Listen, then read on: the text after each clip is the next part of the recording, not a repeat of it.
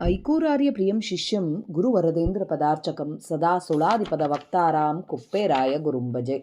अज्ञानतिमिरच्छेदं बुद्धिसम्पत्प्रदायकं विज्ञानविमलं शान्तं विजयाख्यगुरुं भजे. ಶ್ರೀ ವಿಜಯದಾಸಾರ್ಯ ವಿರಚಿತ ಸಾಧನಾ ಭಾಗ ಸುಳಾದಿ. ಸರ್ವ ಸಮರ್ಪಣೆ ಮಾಡು ಮುಕ್ತಿಯ ಬೇಡು, ಶರ್ವಾಧಿಷ್ಠಾನ ತ್ರಿವಿಧ ತಿಳಿದು, ಸರ್ವಜ್ಞ ಹರಿ ಎಂದು ತ್ರಿಕರ್ಣವಾಗಿ ನುಡಿದು, ಗೀರ್ವಾಣ ರೋಡತಿ ಶ್ರೀಲಕುಮಿ ವಿಡಿದು, ಈರ್ವಾಗೆ ಜನರನ್ನು ತಾರತಮ್ಯಾದಿ ಗುಣಿಸಿ, ಊರ್ವಿಯೊಳಗೆ ನಿಸ್ಸಂಗನಾಗೋ, ಸರ್ವದಾ ಮುಖ್ಯ ಭಕ್ತಿಯಲ್ಲಿ ದೃಢನಾಗು, ಸರ್ವಜ್ಞರಾಯರ ಮತದಲ್ಲಿದ್ದು, ದರ್ವಿಯಂದದಿ ಸರ್ವ ವಿಷಯಗಳೊಳಗಿರು, ನಿರ್ವಾಹಕರ್ತನಿಗೆ ಮನ ಒಪ್ಪಿಸಿ, ಗರ್ವರಹಿತವಾದ ಸಾಧನದಲ್ಲಿ ನಡೆದು, ಪೂರ್ವೋತ್ತರ ಜ್ಞಾನ ವಿಚಾರಿಸಿ, ಓರ್ವನಿಂದಲೇ ಎಲ್ಲ ಸುಖ ದುಃಖ ಬಪ್ಪೋದೆಂದು ನಿರ್ವಾಜ್ಯ ಗುಣದಲ್ಲಿ ತಿರುಗುವುದು, ನಿರ್ವಾಣ ಬೇಡ ಸಲ್ಲ ಈ ಪರಿ ಇಪ್ಪವಂಗೆ, ದುರ್ವಿಯೇರಿಸೆ ಹರಿ ಒಡನಾಡುವ, ಪರ್ವತ ಮೊದಲಾದ ತತ್ಪದಾರ್ಥದಲ್ಲಿ ಸರ್ವೇಶ ಅದರಂತೆ ಇಪ್ಪನೆಂದು, ಸರ್ವೋತ್ಕೃಷ್ಣ ಮೂರುತಿ ವಿಜಯ ವಿಠ್ಠಲರೇಯ, ದುರ್ವಾದಿಗಳ ಗಂಡ ಸತತ ಉದ್ದಂಡ, ನಾನೇ ಸರ್ವಕರ್ತಾನೆಂದೆಂಬುವ ತಮಸಿ, ನಾನೇ ಹರಿವೊಡನೆ ಮಾಳ್ಪಾನೆಂಬುವ ಬದ್ಧ, ನಾನು ಪಾಪಕರ್ತ ಪುಣ್ಯಕ್ಕೆ ಹರಿಯೆಂದು ಈ ನುಡಿ ನುಡಿವವನು, ಸತ್ವಗುಣಾದವನು ನಾನ್ಯಾಕೆ ಸಲ್ಲ ಹರಿ ಎನ್ನಿಂದಲಿ, ನಾನಾತ್ಮಗಳಿಂದ ಬಗೆ ಬಗೆ ವೈಶಕ್ಯ ಏನೇನು ಮಾಡುವನದರಂತೆ, ಹೀನ ಲೇಸುಗಳಲ್ಲಿ ಹಿತ ಅಹಿತದಲ್ಲಿ ಮಾಡದೆ ಮರಿಯದಲೆ ಎಂದವ ನಿರ್ಗುಣನು ಜ್ಞಾನವಂತನಾಗಿ, ಸರ್ವ ಸಮರ್ಪಣೆ ಸ್ವಾನುಭವಕ್ಕೆ ನಿತ್ಯ ತಂದು ಕೊಂಬುವ ಮನಕ್ಕೆ, ಅನಂತರ ವಿತೇಜ ವಿಜಯ ವಿಠಲನ್ನ ಕಾಣುತ್ತ ತಿರುಗುವ ನಿರ್ದೋಷ ಎನ್ನುತ್ತಾ, ಹಿಟ್ಟು ಗಾಳಿಗೆ ತೂರಿ ಮರಳೆ ಕೂಡಿಸಿಕೊಂಡು, ರೊಟ್ಟಿಯ ಸುಟ್ಟುಕೊಂಡು ಉಂಬೆನೆಂದು, ಅಟ್ಟಹಾಸವ ಮಾಡಿ ದಿನ ಪ್ರತಿದಿನದಲ್ಲಿ, ಕಷ್ಟವ ಬಟ್ಟರದರಿಂದ ಫಲವಾಹದೆ, ಸೃಷ್ಟಿಯೊಳಗೆ ಮನುಜ ಸರ್ವ ಬಗೆಯಿಂದ ಶಿಷ್ಟನಾಗಿ ಇದ್ದು ಆಚಾರವಾ, ಎಷ್ಟು ಮಾಡಿದರೇನು ನಿರ್ಗುಣನಾಗಿ ಮನ ಮುಟ್ಟಿ ಸರ್ವಾರ್ಪಿತವೆನ್ನ ತನಕ, ಕೃಷ್ಣ ಮೆಚ್ಚನು ಕಾಣೋ ಗತಿಗೆ ಸಾಧನವಲ್ಲ, ಇಷ್ಟರೊಳಗೆ ಆವ ಸುತ್ತು ತಿಪ್ಪ, ಕಟ್ಟ ಕಡಿಗೆ ಇದೆ ಮುಕ್ತಿ ಯೋಗ್ಯಕ್ಕೆ ಜ್ಞಾನ, ಪುಟ್ಟದಲೇ ಬಿಂಬ ದರ್ಶನವಾಗದೋ, ಯಟಿ ಮಾನವರಿಗೆ ಹೊರದೊರದು ಕೇವಲ, ಗುಟು ಪೇಳಿದರಿಂದ ಏನಾಹೋದೋ, ದಿಟ್ಟ ದೈವಗಳ ರಸ ವಿಜಯ ವಿಠಲ, ಜಗಜ್ಜಟ್ಟಿಗೆ ಪಾಪ ಪುಣ್ಯದ ಲೇಪವೇನೋ, ಮೂಜಗದೊಳು ಹರಿ ನಿಬಿಡ ಕೃತನಾಗಿ ತಜ್ಜೀವಿಗಳಂತೆ ವ್ಯಾಪಾರ ಮಾಡುವ, ನಿರ್ಜರ ವಿಡಿದು ತೃಣಾಂತ ನೋಡಲಾಗಿ, ಪೂಜ್ಯ ಭಾವವೇ ಪ್ರತ್ಯೇಕವಾಗಿಪ್ಪೋದು, ದುರ್ಜನ ಹರಿಯ ಇನಿತು ಭಜನೆ ಕೆಲವು ಸಜ್ಜನರಿಂದಲಿ ಕೈಕೋಳು ತಾಲಿಪ್ಪ, ವಜ್ರಕ್ಕೆ ಹರಳಿನ ವ್ಯಧಿಯ ಆದುದೆಂದೋ, ಮನುಜರು ಪೇಳಿದಂತಾಗೋದು ಪುಸಿಯಲ್ಲ, ಯಜ್ಜ ಮಾಡಿದರಾಗೆ ಹರಳಿಗೆ ವೇದನೆಯುಂಟೆ, ಅಬ್ಜ ಪೋಣಿಪದಕ್ಕೆ ಗಾಢರ ತರಸಲ್ಲ, ಅಬ್ಜ ಭವನಯ್ಯ ವಿಜಯ ವಿಠ್ಠಲರೇಯ, ಲಜ್ಜೆ ಬಿಡದವಗೆ ಲಂಪಟ ಕಟ್ಟುವ, ಬಂದರೆ ಬರುವೆನೆಂದು ಇದೆ ಆರಂಭಿಸಿ, ಒಂದೊಂದು ಮಾತುಗಳು ಯಾವ ಜೀವ ಪರ್ಯಂತ ತಂದುಕೊಳ್ಳಲೇಬೇಕು, ತನ್ನ ಮನಸ್ಸಿಗೆ ಬಿಡದಾನು ಸಂಧಾನ, ಆವಲ್ಲಿ ಪೋದಲ್ಲಿದ್ದಲ್ಲಿ ಆನಂದವಾಗಲಿ ಅತಿ ಕ್ಲೇಶವಾಗಲಿ, ಆನಂದವಾಗಲಿ ಲಾಭ ನಷ್ಟವಾಗಲಿ, ಗೋವಿಂದನೇ ನಿನ್ನ ಪ್ರೀತಿಯನ್ನ ಬೇಕು ನಗಬೇಕು ಹಿಂದೆ ಮುಂದೆ ಸಂಸಾರವೆಂದೆಂಬ ಸಂದಣಿಯೊಳಗಿರೆ ನಿರ್ಭಯನ ಯಾದವನಿವ ಸಂದೇಹ ಪೊಗಾಡುವ ವಿಜಯ ವಿಠಲರೆಯ ಎಂದೆಂದಿಗೆ ತನ್ನ ಭಕ್ತರ ಪೊರೆವಾ ಸಾಧಾರಣ ಹರಿಗೆ ಒಪ್ಪಿಸಿ ಕೊಟ್ಟ ಮೋದದಲ್ಲಿರು ವಿಜಯ ವಿಠಲನ್ನ ನೆರೆ ನಂಬಿ ಅಸಾಧಾರಣ ಹರಿಗೆ ಒಪ್ಪಿಸಿ ಕೊಟ್ಟ ಮೋದದಲ್ಲಿರು ವಿಜಯ ವಿಠಲನ್ನ ನೆರೆ ನಂಬಿ. ಮಧ್ವಾಂತರ್ಗತ ಶ್ರೀಕೃಷ್ಣಾರ್ಪಣಮಸ್ತು. ಜಯ ವಿಜಯರಾಯ. ಹರೇ ಶ್ರೀನಿವಾಸ. ಇವತ್ತು ನಾವು ಶ್ರೀ ವಿಜಯದಾಸಾರ್ಯ ವಿರಚಿತ ಸಾಧನಾ ಭಾಗ ಸುಳಾದಿಯಲ್ಲಿ ಸರ್ವ ಸಮರ್ಪಣೆ ಮಾಡು ಅನ್ನೋ ಸುಳಾದಿ. ಸರ್ವ ಸಮರ್ಪಣ, ಸ್ವಾಮಿಗೆ ಸಮರ್ಪಣೆ ಮಾಡಬೇಕು ಅಂತ ಹೇಳುವ ಸುಳಾದಿಯ ಅರ್ಥ ತಿಳಿಲಕ್ಕೆ ಪ್ರಯತ್ನ ಮಾಡೋಣ. ಸರ್ವ ಸಮರ್ಪಣೆ ಮಾಡು ಮುಕ್ತಿಯ ಬೇಡು ಅಂಥೇಳಿ.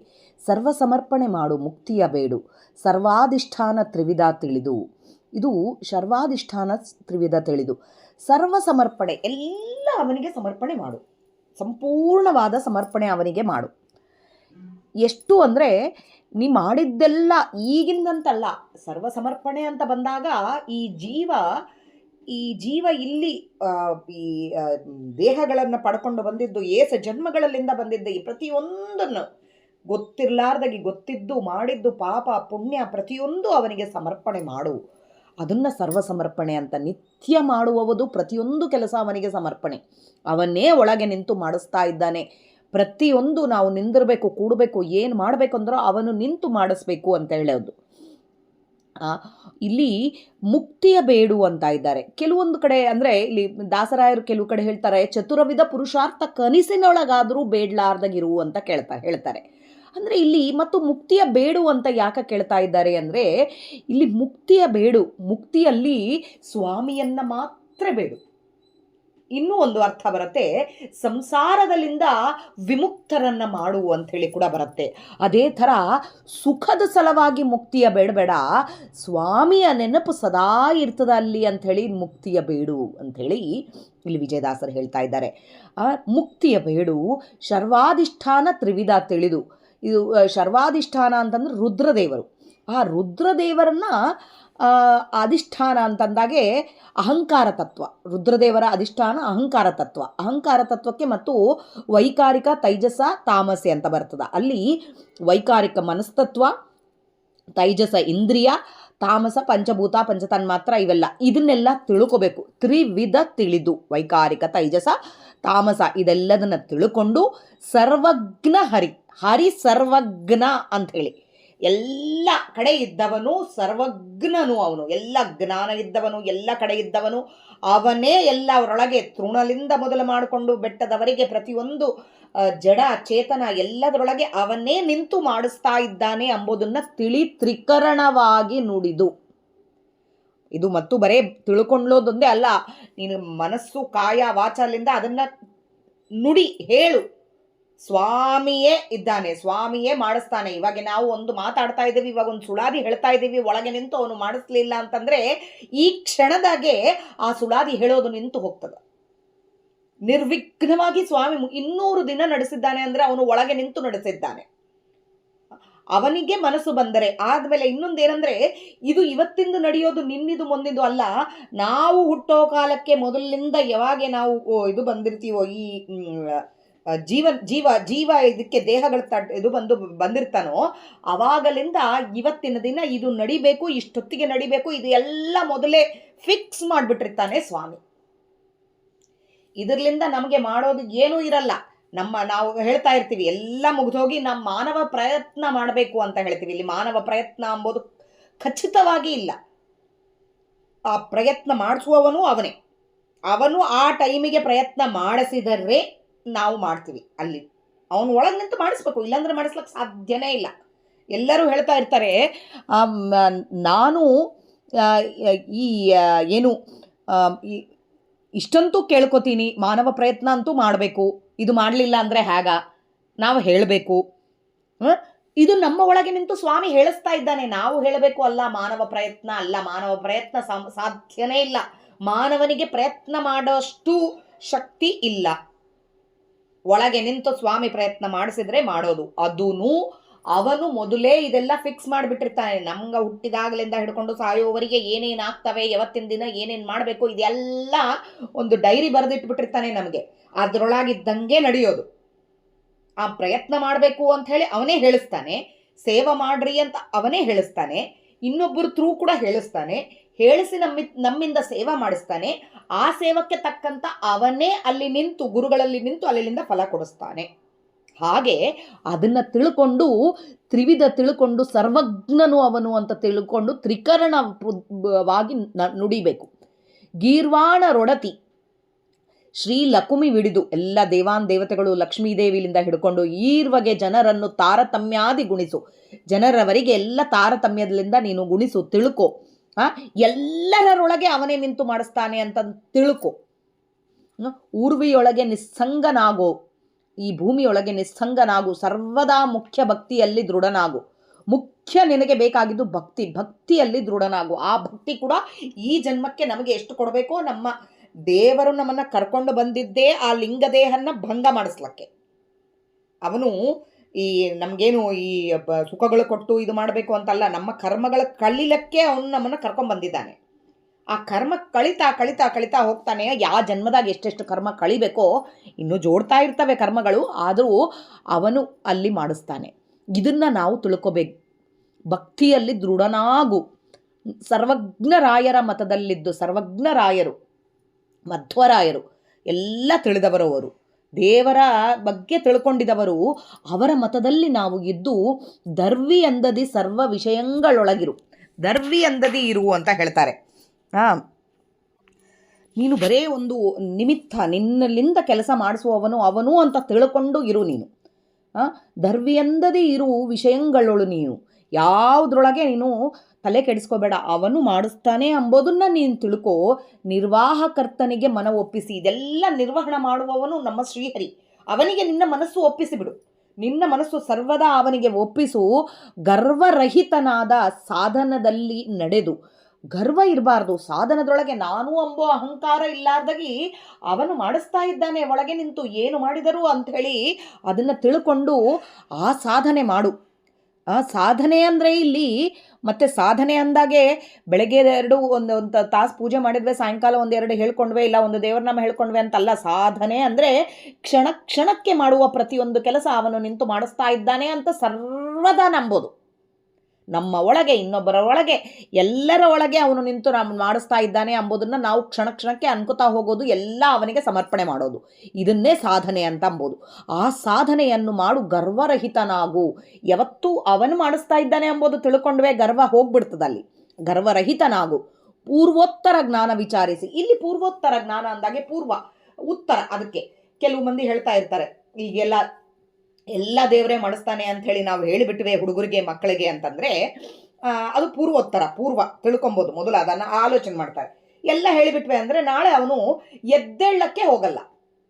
ಅವನು ಏನು ಬ್ರಷ್ ಮಾಡ್ಲಕ್ಕೆ ಹೋಗಲ್ಲ, ಸ್ನಾನ ಮಾಡ್ಲಕ್ಕೆ ಹೋಗಲ್ಲ, ಅವನಿಗೇನು ಮಾಡ್ಕೊಳಕ್ಕೆ ಹೋಗಲ್ಲ, ಕೆಲಸ ಮಾಡಲ್ಲ, ಓದಲ್ಲ, ಏನೂ ಮಾಡಲ್ಲ.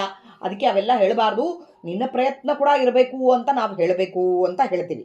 ಅಲ್ಲಿ ಹಾಗೆ ಹೇಳಿದರೆ ಅರ್ಥ ಏನು? ಅಲ್ಲಿ ದೇವರನ್ನು ನೀನು ನಂಬುತ್ತಾ ಇಲ್ಲ. ಅವನು ಹಾಗೇ ಮಲಗಿರಬೇಕು, ಅವನು ಎದ್ದೇಳೋದಲ್ಲ, ಅವನು ಬ್ರಷ್ ಮಾಡೋದಲ್ಲ, ಅವನು ಮಾತಾಡೋದಲ್ಲ, ಅವನು ಸ್ನಾನ ಮಾಡೋದಲ್ಲ. ಇದು ಏನನ್ನ ಇದ್ದದ ಅಂತಂದರೆ ಅವನು ಒಳಗೆ ಅದು ಮಾಡಿಸೋನು ಕೂಡ ಸ್ವಾಮಿನೇ, ಅವನು ಮಲಗಿಸೋ ಥರ ಮಾಡೋನು ಸ್ವಾಮಿನೇ. ಇದು ತಿಳ್ಕೋಬೇಕು. ಆದರೆ ಅಲ್ಲಿ ಪೂರ್ವ ಒಂದು ಕ್ವಶನ್ ಹಾಕೋತೀವಿ, ಅದಕ್ಕೆ ಉತ್ತರ. ಅಂದರೆ ಇಲ್ಲಿ ನಾವು ಒಬ್ಬರಿಗೆ ಹೇಳಿದರೆ ಇವನೇ ಎಲ್ಲ ಮಾಡಿಸ್ತಾನೆ ಅಂತಂದಷ್ಟು ಮಾತ್ರಕ್ಕೆ ಅವನು ಇದು ಅವನು ಆ ಥರ ಇರಬೇಕು ಅಂತ ಬರೆದಿತ್ತು ಈ ಜನ್ಮದಾಗೆ ಅಂದರೆ ನೀನು ಏನೇ ಮಾಡಿದರೆ ಕೂಡ ಅವನು ಅದೇ ಥರನೇ ಇರ್ತಾನೆ. ಸ್ವಾಮಿ ಆ ಥರ ಅವನಿಗೆ ಬರೆದು ಬಿಟ್ಟಿದ್ದಾನೆ ಆ ಜೀವನ ಎಲ್ಲ. ಅದನ್ನು ತಿಳ್ಕೋಬೇಕು. ಆ ಪೂರ್ವೋತ್ತರ ಜ್ಞಾನವನ್ನು ವಿಚಾರ ಮಾಡಬೇಕು. ಹೀಗೆ ಹೇಳಬೇಕಾ, ಹೇಳಬಾರ್ದಾ?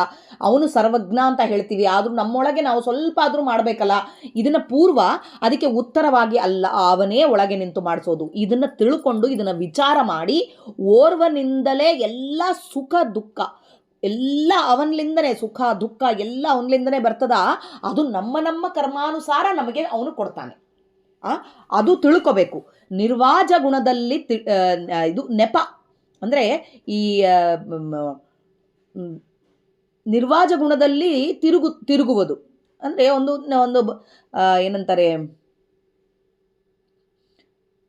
ಒಂದು ಇದು ಕರ್ಮಾನುಸಾರ ಒಂದು ನೆಪ ಇಟ್ಕೊಂಡು ನಾವು ತಿರುಗುವುದು ಏನದ ಅವನೇ ಮಾಡಿಸೋದು. ಅದನ್ನು ಹೇಳಿ ನೀನು